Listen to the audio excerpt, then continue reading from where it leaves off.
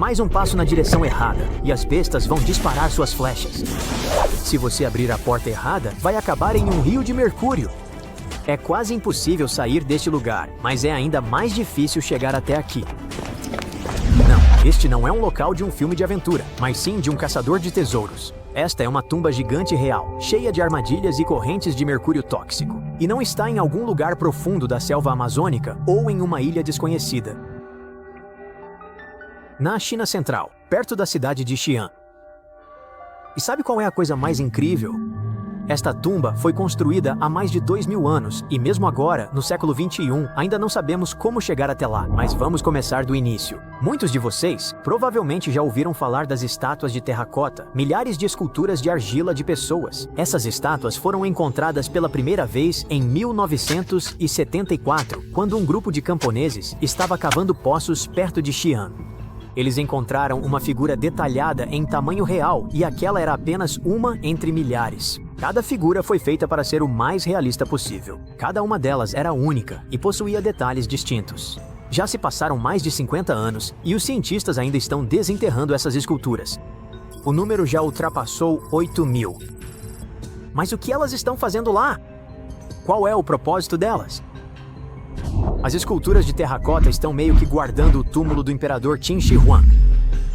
Ele foi um homem tão influente na China que não foi simplesmente enterrado em um túmulo. Seus servos criaram um complexo de caixões gigante, do tamanho de uma pequena cidade. Então, se milhares de guardas de argila protegem simbolicamente esse lugar, é difícil imaginar o que há no centro desse antigo e gigantesco túmulo. Mas primeiro, vamos descobrir quem foi Qin Shi Huang. E depois passar para as armadilhas perigosas. Ele era o primogênito do governante do reino de Qin. Era um dos 6 reinos que existiam no território da China moderna. Em 2059 a.C., quando Qin Shi Huang nasceu, esses 6 reinos eram independentes e separados uns dos outros. Além disso, havia um forte conflito entre eles que durou mais de 200 anos. Mas Qin Shi Huang acabou sendo o homem que conseguiu conquistar e unificar todos esses reinos. Ele se tornou mais do que apenas um rei. Ele se tornou o primeiro imperador da China. Mas como ele conseguiu realizar uma tarefa aparentemente impossível? Desastres naturais, estratégias inteligentes, táticas e habilidades o ajudaram a conquistar os 6 reinos? Cientistas ainda discutem sobre alguns detalhes de como isso aconteceu. Tudo o que se pode dizer é que Qin Shi Huang foi um imperador muito sábio e inteligente. Por isso, não é surpreendente que seu sepultamento tenha sido tão grandioso. Ele foi enterrado no maior e mais luxuoso complexo funerário da história da China. A área, do tamanho de uma pequena cidade, contém muitas cavernas subterrâneas repletas de coisas que um imperador poderia precisar na vida após a morte. Na China antiga, assim como no Egito antigo, as pessoas acreditavam que, quando um imperador partia para o outro mundo, ele poderia levar consigo as coisas que fossem enterradas junto com ele. Infelizmente, às vezes isso podia incluir pessoas, mas Qin Shi Huang agiu de forma sábia e correta. Ele decidiu enterrar estátuas de argila. Mas o mais impressionante é que os arquitetos e construtores desse complexo o tornaram inexpugnável. Toda a área guarda muitos segredos, artefatos históricos e objetos de valor inestimável. Há um lugar magnífico com o corpo do imperador no centro deste túmulo. Imagine quantos tesouros podem ser encontrados lá, e todos eles foram feitos para permanecer intocados e invisíveis para outras pessoas. E provavelmente não conseguiremos chegar até eles, pelo menos num futuro próximo. O antigo historiador chinês Sima Qian escreveu algo sobre o túmulo cerca de 100 anos após o enterro do imperador. Ele disse que esse lugar tinha armadilhas perigosas dentro do túmulo que destruiriam qualquer um que ousasse entrar. Os engenheiros instalaram bestas com flechas carregadas e também despejaram uma enorme quantidade de mercúrio, simulando o movimento dos rios. Claro, isso foi há 2000 anos e provavelmente as bestas já não funcionam mais. Mas e quanto ao mercúrio? Esse metal tóxico não tem prazo de validade. Ele é brilhante e se move rapidamente em forma líquida. Parece bonito, mas não toque nele. Mesmo uma pequena gota de mercúrio pode causar danos ao seu corpo. A inalação de seus vapores ou a ingestão causa danos aos nervos, ao fígado, aos rins e muitos outros sintomas. E isso é só uma gota. Imagine o quão perigosos podem ser rios dessa substância. Quem sabe quanto mercúrio foi colocado ali pelos construtores do túmulo? Mas mesmo que você desvie de todas as armadilhas e não acabe no rio venenoso, o mercúrio ainda poderá lhe fazer mal. Seus vapores podem passar pelas rachaduras nas paredes.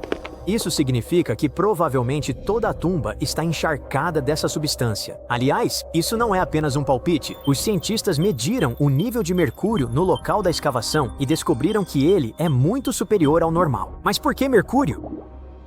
Na China antiga, o mercúrio era considerado o elixir da juventude, a fonte da imortalidade. Segundo os registros, Qin Shaohuang costumava tomar pílulas com esse elemento. Talvez essa tenha sido a razão pela qual sua vida terminou aos 49 anos. Em qualquer caso, as pessoas podem danificar estruturas e artefatos antigos durante escavações. Por exemplo, os arqueólogos causaram grandes danos ao túmulo de Tutankhamon durante sua exploração. Você escava ao redor, mas então, de repente, a entrada desaba e você destrói vasos, pergaminhos, decorações internas e outras coisas.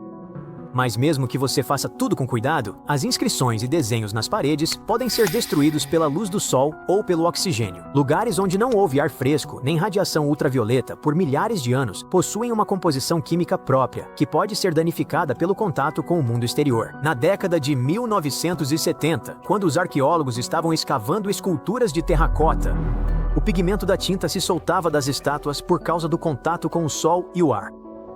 Felizmente, os arqueólogos rapidamente se adaptaram e criaram uma tecnologia que permitiu retirar as estátuas sem danificar a pintura. Foi um processo longo e cuidadoso, mas valeu a pena. E aqui está o motivo. De acordo com escritos antigos, o imperador criou um reino subterrâneo com um belo palácio no centro. Ele decorou o teto desse palácio com pérolas caras. Sabe por quê? Para simular as estrelas no céu noturno.